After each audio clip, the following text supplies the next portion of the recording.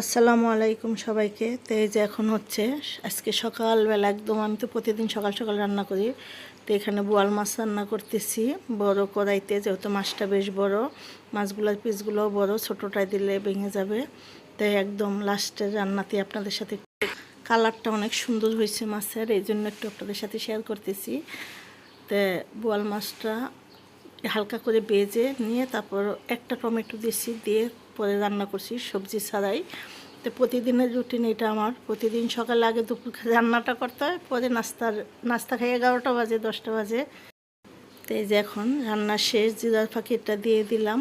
তো এখন নামায় নেব। অন্য অন্য চুলায় আবার আরও অনেক ডাল রান্না করছি, মিষ্টি কুমড়ো ভাজি করতেছি, মানে বাছতেছি আর কি।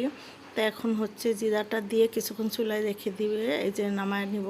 নাড়াচাড়া করে দেখি দুপুরের পর বুঝতে পারবো কেমন হয়েছে, এখনও খাইনি যেহেতু।